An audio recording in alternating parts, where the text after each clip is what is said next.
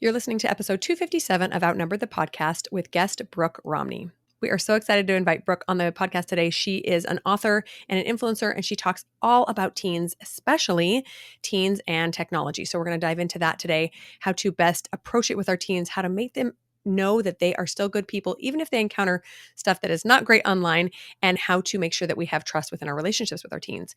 Heads up, this might be an earbud episode as we do talk about a couple of sensitive topics, but let's dive in with Brooke.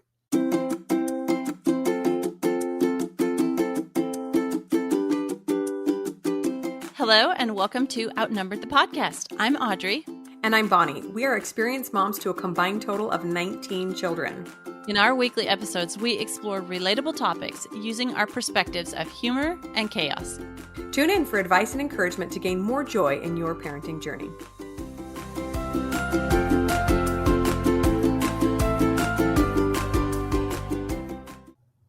Hello, friends. Welcome back to Outnumber the podcast. We're thrilled to have another guest episode. We've been having some amazing guests lately, and we're super excited for another one. We are welcoming Brooke Romney to the show. She is a writer who talks about so many amazing intentional things, especially for moms of older kids. So we're going to dive into it. Welcome, Brooke. Thank you so much for having me. I can't wait to get started. Okay, so let's start with an introduction. Tell us more about your work and why you do what you are doing. I started my work mostly focusing on teens and parenting teens because when I had my first child enter those teenage years, what I found was there was a plethora of information and community for parents of younger children. And then my oldest became 12, 13, 14, and there was no support. There was no support online. There was no support from friends because everyone was keeping everything private because it involved kids that could care and understood and it mattered. And I felt really alone. And as I was going through things, I actually had my first three kids in 3.5 years. So I had a 14-year-old, I had a 12-year-old, I had an 11-year-old, and I was just in this very intense phase with no one to talk to and no one to really turn to just for even advice or even just like the good old, yeah, we're in that same stage. This is tough moment. And so I started sharing what I could while keeping the privacy of my boys intact, more sharing it from my point of view, asking questions online, sharing things we'd gone through, sharing mistakes I'd made, sharing a few wins here and there. And I found that parents were really hungry for a place to connect over teenagers. Okay, we love that because we talk about teenagers all the time and we love our teenagers and we don't get that a lot online. Everybody just has really mean things to say about teens and we think that they are phenomenal. So we're so glad that you're here and you're in good company. So tell us about your family. So you have those three kids. Any others? Just those three boys? So then I have one more. And right now, my boys are now 21, 18, 17, and 12. So it's been a few years since I kind of had that moment. And I've been like really involved in the tween and teen parenting community ever since. So that's my family now. Okay, so fun. Is your fourth a boy too? Yes, all boys. Oh, awesome. She knows. She gets it. I love that.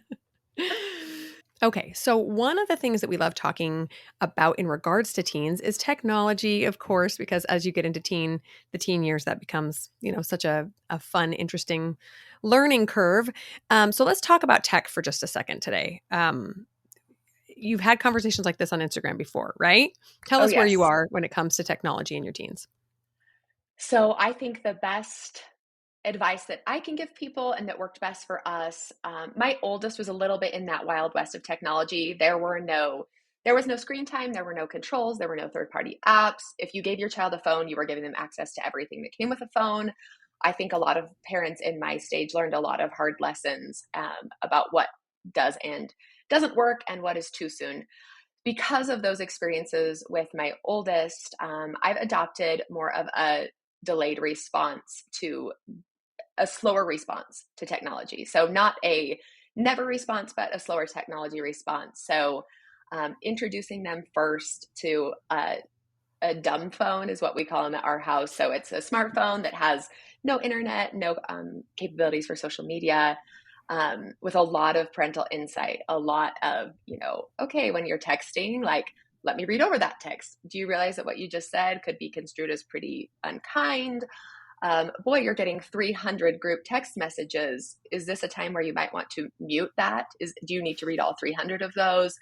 Things like that. So giving them a chance to kind of have a partner in learning how to use technology. And then, as you feel that time is right, they're mature enough, they're getting it, they're understanding that nothing online is private. They've learned some of those lessons. Maybe introducing social media in a small way, in a way that you can, have a little oversight, whether that's opening up screen time when you're together, showing them how to use an app, showing them how to make an algorithm work for them instead of work against them, helping them see what happens when, that our eyeballs are attracted to things that are shocking. And that tells the algorithm you like shocking things. So I'm going to keep showing you shocking things.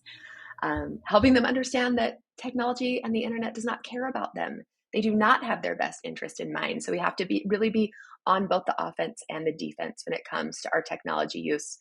And then always keeping that open conversation about what is technology, the use of technology, taking away from your life? Do you feel like, you are on it so much that you're not connecting in real life? Are you on it so much that you're not able to get your homework done? Are you on it so much that you're not able to pursue interests you used to enjoy? Really being keenly aware of that as a parent, what technology, how it's being used by our teens. And then always letting them know that I'm on their side. I'm on their side in creating a successful whole life. And sometimes that means them coming to me and saying, I thought I was ready for this app, or I thought I could handle having the whole world at my fingertips with the internet open, and I'm not ready yet, or I need a little oversight. Knowing that doesn't mean I'm going to say, oh, what were you doing? I can't believe this. This is so embarrassing. I'm taking your phone for the rest of your life. It just means, okay, we're learning. You're calling yourself out. You need a little help. That's what the teen years are for, and that's what parents are for. Okay, those are such good points. So many things there, and we want to dive in deeper to some of those. But first, I wanted to say that we have found that formula pretty successful for ourselves too. Of course, with my oldest being 25 as well, like phones kind of didn't come into their life at a young age, Right. or at least them not needing them. But we have found that I'm pretty successful too. In fact, because we homeschool and my kids are never really away from me, they don't get a phone until they're driving, which is or their own personal phone until they're driving, which is, their first time away from mom and dad. And they might need to, let us know where they are. And then we do things like, put, not like they call it like tracking. Mom and dad are tracking us, but it's like, hey, you get a flat tire. We want to know and be able to see right where you are and come help you. Or, what if the worst happens and you get stolen or your phone gets stolen? Let's see where it is, that kind of thing.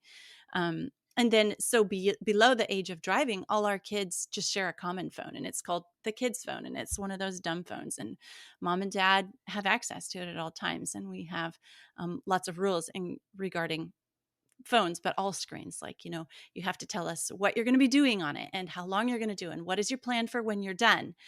And then when they do start having a phone, one thing that we do is we put that screen time app right like as the background or the wallpaper on the main screen. And then we talk about and we say, okay, so this week your average was, say 2 hours a day on a screen. And I understand some of that was for schoolwork time, but what would you do over again if you had two hours every day? Because, you were saying how you feel like you never have time for XYZ anymore. So let's talk about this.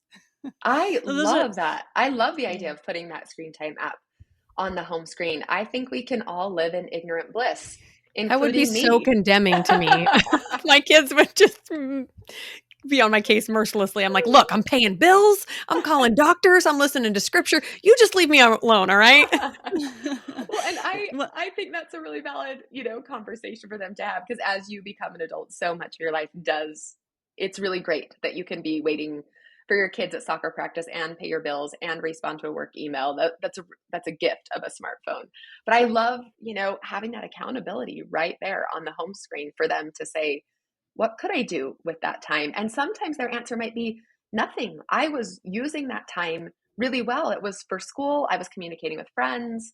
I was watching this cool educational thing on YouTube that I really enjoy. And I was spending 30 minutes, just kind of zoning out, which we all need. And that's okay too. Those are great things for them to be using their phone for. But I love, having it there so they can keep track too. okay. So I want to ask you about one of those aspects that you talked about earlier. So what do you see as the biggest hurdle that parents have in dealing with regards to kids and technology? Like what are parents struggling with the most? Oh, I think it's a little bit twofold. I think the first thing is they don't want their kid to be left out, and they don't want their kid to be the weird one. And I think a lot of times we all go back to our middle school selves and kind of think, but what if my kids didn't have to be strange and didn't have to be left out and didn't have to be the one that was different? That I would have liked that. I would have liked that as a middle schooler. So I think parents struggle with that a little bit, kids being left out. And I've talked on that point a little bit about they might be left out. And I think that's true. If they don't have a phone and someone has to contact their mom to hang out, there's a chance that they won't be invited to hang out. Um, but on the same vein, they're also going to be left out of a lot of garbage that they would be exposed to online. So you might be left out of a hangout, but you also might be left out of a porn site. And you might be left out of a group chat, but you also might be left out of group bullying. And so really understanding that they might be left out and that is hard, but I think there's worse things than being left out. And I think a lot of those things exist on a cell phone given to a child who is not ready for what they are being given. That's such an excellent point. I think I saw an Instagram post where you shared that, and it was just such a great reminder that what is the basically to ask ourselves, what is the purpose of the rules and the restrictions that we give our children? Is it to make sure that they're popular? No, of course not, right? Is it to make sure they have an easy life? Well, not necessarily, right? That there are so many different factors that weigh into the decisions we make for our kids, and that it should be a conversation with them, but ultimately we're the ones that know better. We're the ones that have the more mature brain and are able to see the long haul and realize the dangers that can come with too much unrestricted access to the internet. But before I get on to my next question, let me hear the second part of your answer. I want to hear that. So the second part is I think parents just don't know how to do it.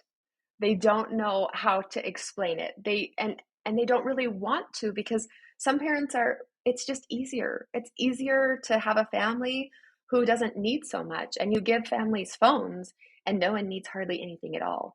And so I think that sometimes like in their heart they want to be engaged, they want to find ways for their family to connect, but at the end of the day if you've been working a lot of hours or if your kids are difficult or things like that, sometimes it just seems like the easier thing is to not have the arguments, to not have the boundaries, to not have to deal with all that and just say, here's the phone, keep yourself entertained. I'm going to go do my own thing. And so I don't think anybody starts with that, but I think for a lot of people in the moment, and life is hard and there's a lot going on, and sometimes it's just the easier option than kind of fighting the good fight. Oh, yeah, I can definitely relate to that, especially as you become a more experienced mom. The things that you would have never let your first two children do, now all of a sudden, your last couple, you're like, yeah, whatever. Okay, Just give me sorry. give me a minute of quiet, right? Right. But that kind of leads me to what I was going to ask next, which was why do so many of us struggle, right? Like I'm in a lot of these parenting Facebook groups, right? And parenting in a tech world or helping, parents navigate the cell phone thing. And so many parents see posts that come up saying, oh, I found out that my kid was into this. I found out that they were exposed to this. I found bullying, et cetera. And there are still parents coming up saying, well, I just don't know if it's going to be a problem for my kid, right? So you mentioned this already, like you think some of it is just that it's difficult or you don't Mhm. know where to start or you don't want your kid to be left out. But are there any other reasons why a parent might really want to be more intentional and have that slower paced approach to technology, but they just struggle with it, with enforcing that? Yeah, I think there are adults who buy into the idea that our teens have a lot of self-control. And that if I just give them freedom, then they can make good decisions. And, this is a great way to parent. And I believe in some of that. I think that we have to give some freedom to make mistakes and to do things different. Um, but I also think that it can be something that is a road that you often don't want to go down. I will say that I know there are teens that have done a great job at this. I know there are teens who have gotten cell phones early, who have worked on their self-discipline and who have been able to do it successfully. I will not argue with a parent that says their child was able to do that. I think there are outliers in this cell phone conversation that we're having. But I also think that most kids, I think about myself, and I am 44 and I am well educated. I've had a lot of experience with cell phones and research, and I know the good and the bad, and I know, the optimal amount of time. And almost every single day, I still struggle to get off my cell phone. It's still hard for me. As an adult with a fully developed brain, knowing all I know, there are days when I am embarrassed about how long I've been on Instagram, not working, but scrolling. There are days when I know I should be connecting with my family and my phone is out and I am just sort of numb to what is going on. If that is happening to me, the chances that your 15-year-old boy is more disciplined and his eyes are more open, and I'm somebody who has trained my algorithm, and I barely see anything that's garbage. I barely see things that are shocking anymore at all on my phone.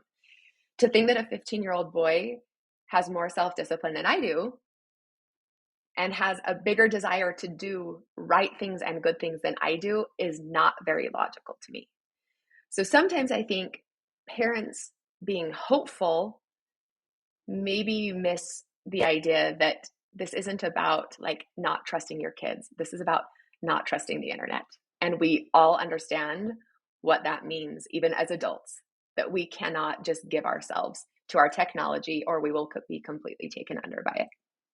Oh, that is such a good response. I've heard myself say that multiple times. It's not that I don't trust you, it's that I don't trust the internet. I don't trust Satan, actually. I say that a lot Yeah, too. totally. And I think that brings up a good point, and that is that when we have these conversations with our kids, it's so essential that we ensure they know it's us against them. Like it's us and our teens against the world, not me against my teen. And I think we have to be really cautious to not, when we're doing checks, when we're doing screen time conversations, instead of like, well, let me see what you've been up to, we just say, what have you struggled with? Can I take a look? Can I see? Right? Oh, I get that. I've struggled with that as well. Or your dad has struggled with that as well.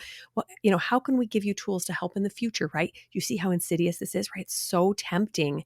And that there's nothing wrong with you for falling prey to, whatever, lascivious images or, gossip or whatever it is, because kind of like the world is out to get you. Let's work on it together. I love that. That's something that I absolutely preach, that the sooner that our kids realize we're on their side in helping them create like a successful, a faithful, loving life, the more willing they might be to bring us onto their team and to not see our rules as things that will work against them, but things that are working for them. Yeah, I had just had that conversation with some of my younger kids the other day that I wasn't ready to explain to them the exact nature of the evil that's out there. So I just used the word evil. I said, look, there's evil in the world and it's trying to get in. And one way that it's trying to get into our house is through this right here. This is a door for evil. I'm holding up my phone for those of you not watching on YouTube. This is a door and evil wants to come in through this door and we're not going to let it. That's why you're not allowed to have a device because you're not strong enough to hold out against evil yet. I think that's a great It's way. my job to protect you. Yeah, I think that's a great way to Yeah. explain it. And especially to younger kids who might not be ready for the full explanation or for you to outline every single thing that's going on online. I think that's a great way to make it simple. Yeah. And then they grow up a little bit and, they get to a point where whatever it is for your house rules where, they have their own personal device. So let's talk for a minute or two about how to ensure our kids come to us and they feel comfortable or safe talking to us about stuff that they find online, not only bad stuff, but good stuff. How do we keep an open conversation with our kids about, what comes in through that personal device? Well, let's talk about the good stuff first because that's always more fun. But I think being excited and being interested in what they bring to you. Having 4 boys has been interesting because everything they like is not everything I like. And everything they think is funny or cool is not what I think is funny or cool. And I remember in the beginning really wanting to just kind of like drive that home like, that's not funny. That's not cool. Why do you like that? And I think if that is the way we're going to approach them when they show us things they're excited about, they're going to stop showing us things they're excited about. I think that really hurts a relationship. If you think about yourself and you show something to a friend that you think is darling and they're like, oh, I don't really like that. Or you share a piece of music that you're like, oh, you've got to listen to this new artist. Oh, it's not really my style of music. That is no longer going to be the friend that you're going to share new things with. So really being cognizant of looking for ways to connect over the things they're sharing, laughing even when you don't want to, watching them play a video game that you think is just kind of silly, but you understand that they're excited about it. Enjoying a song that they like, even if it's not your music style. Praising them for discovering new music, or, it looks like you conquered that level, or show me more funny memes that you found, helping them understand that you're someone that's interested in what they're interested in, just for the sake of connection. If we're going to move into things that are not okay, one of the things that I just love the phrase, don't freak out. And sometimes it takes a lot, but if they come to you with something that they're struggling with or something they've seen, I love the account Protect Young Eyes. And one of the things that he likes to preach about is he says that reminding them that it's not their fault that they've seen something. This is not your fault. Like, the internet should be safer for kids. We should have controls that keep things out. How can I work with you to make sure that you don't see these things again? And you did the right thing. You did the right thing by coming to me and showing me what you've seen. Let's work together to make sure that this doesn't happen again, or very often, or that you know what to do when it happens again, because it most likely will. I think that's really important, that they don't feel shamed because of what has come to them. For those who are seeking it out, and who might have a problem, I'm sitting on TikTok watching these girls with eating disorders because I don't know why, but I can't stop. I can't stop watching the fact that they're eating 400 calories a day, and it is getting into my head, or a girl who is struggling and watching girls who, in porn or things like that. I think it's really important to be empathetic right away and say, I am so sorry that this is what you're going through, and how can I help? What can we do together? When is it a problem? Talking about what the triggers are. I think most kids don't want to watch porn. I think most kids don't want to watch somebody throwing up their food. Those are not things that are actually gratifying to the soul or to the spirit. And so saying, what are your triggers? Well, it seems like I watch this when I'm in the bathroom. Awesome. Let's leave our phones out of the bathroom. Or I watch this late at night. Okay, so let's put our phones to bed at 10 and let's do it in my room. I watch it in my car because I know nobody's going to come. Ooh, okay, that one's a little trickier. Which, what prompts you to watch that? Are you having a bad day? Could you call me?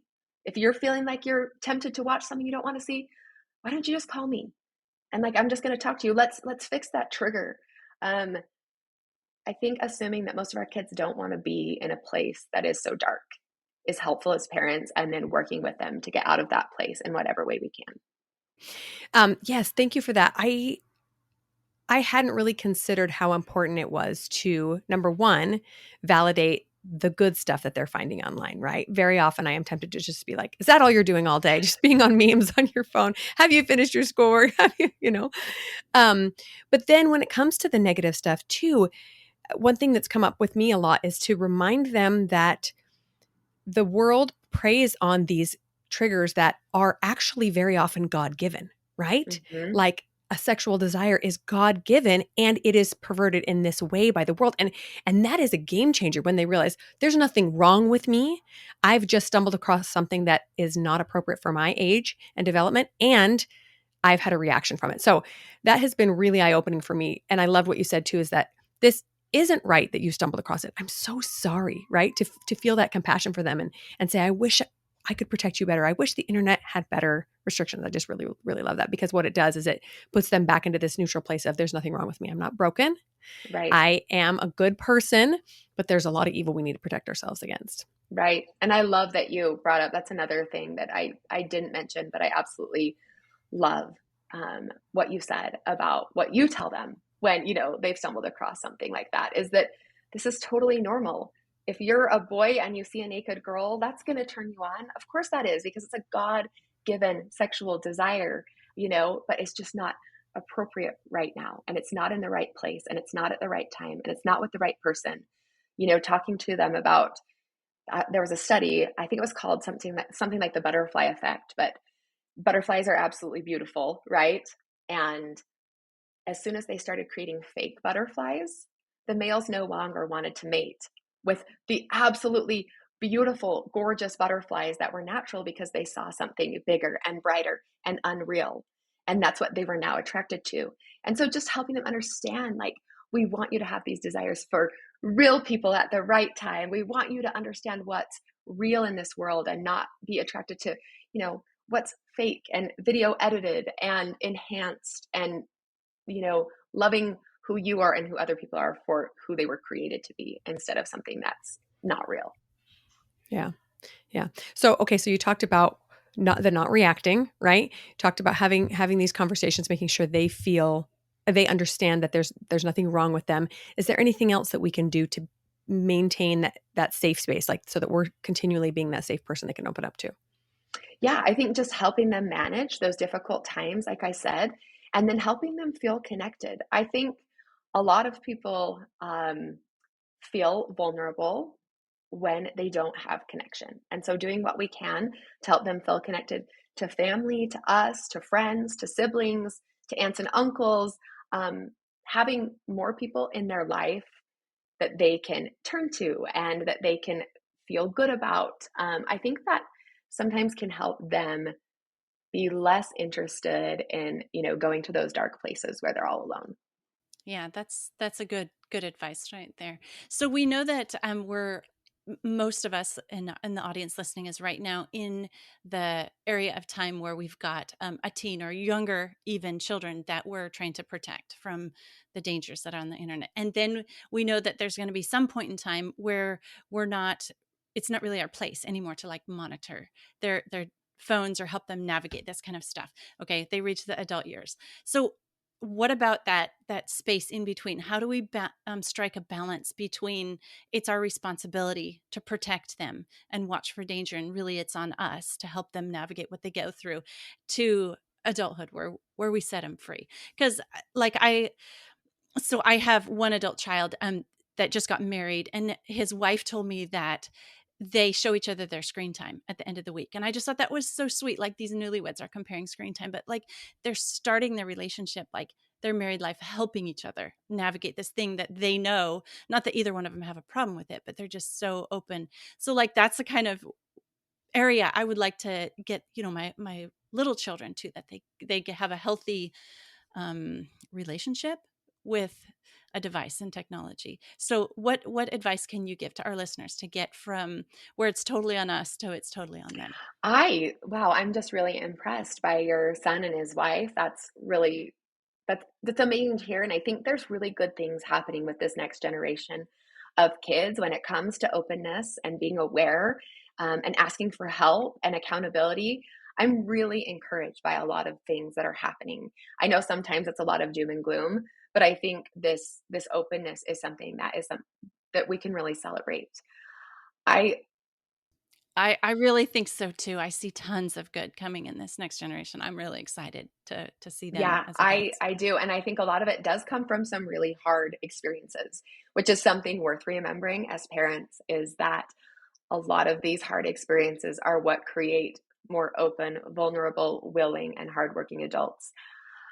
When we talk about that space in between, I think that's a difficult question, because I don't know that there is a right or wrong answer depending on your child, but I do feel like it's important as parents to have a little training ground in our home before we let them loose.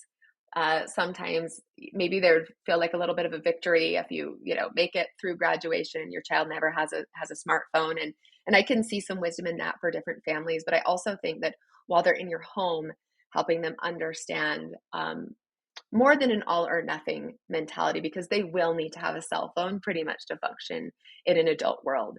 So having, constant open conversations about the way you're using it. So when you have a day where you're like, wow, I just really got sucked in to Instagram today, you know, it looks like I might need to change my screen time. Like I hit ignore, 7 times today. I think I could be better tomorrow. Letting them know times where you've seen something online and thought, wow, I really thought that I trained this algorithm, and making sure they know how to train the algorithm, what that means, how you can actually have a feed that's very uplifting and encouraging and valuable if you do the work, but that you still need to put some restrictions on time. Sometimes too much is too much. Um, Having conversations in your home about what is fake and what is real when it comes to news and what they're seeing online. One of the things that is discouraging is the fact that young kids think that everything they see is real online, that that person actually threw a frisbee, 474 miles through 12 hoops and there was no editing, helping them understand what is real and what is not so that they're better media consumers. I think having them get on social media and having conversations, what did you see today? What did you not like that you saw today? You know, what does it look like you need to change when it comes to your algorithm or what you're seeing on social media? Um, one of the I wrote some books for teens, Modern Manners for Teens, and one of the most important manners in there is that nothing online is private, and helping them understand from the time they have a digital footprint that whatever they put online can either elevate them or ruin them. And I think that's really important, especially as our kids become adults and their decisions are now adult decisions with adult consequences. Yes, that is so fascinating, and such a great reminder that families are the place where we're supposed to be making mistakes, right? We're supposed to be trying things out and doing it wrong, which sometimes as moms, we're like, why? Why can't we just do things right the first time?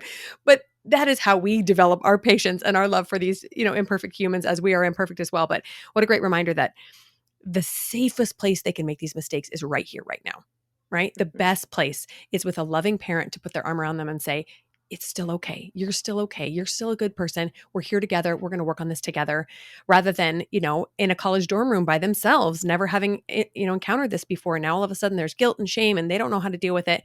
So, a great reminder that sometimes we have to put our own comfort aside in order to allow our kids to go through these hard things. And that is something that I remind myself of all the time as a mom. It's supposed to be hard. It's supposed to be hard, because if it's not hard now, it's going to be hard later. And I would much rather have them go through as much hard now with me as possible, even though it's hard.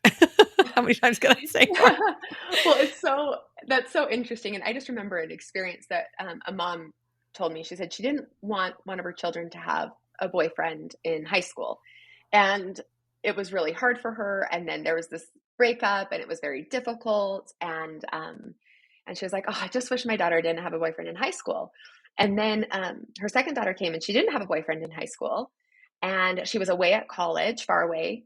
And she had her first boyfriend out, not in the home. And she went through her first breakup, not in the home.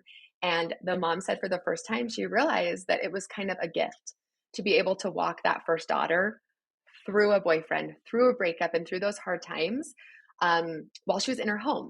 And we don't have necessarily all the control over boyfriends and girlfriends and things like that.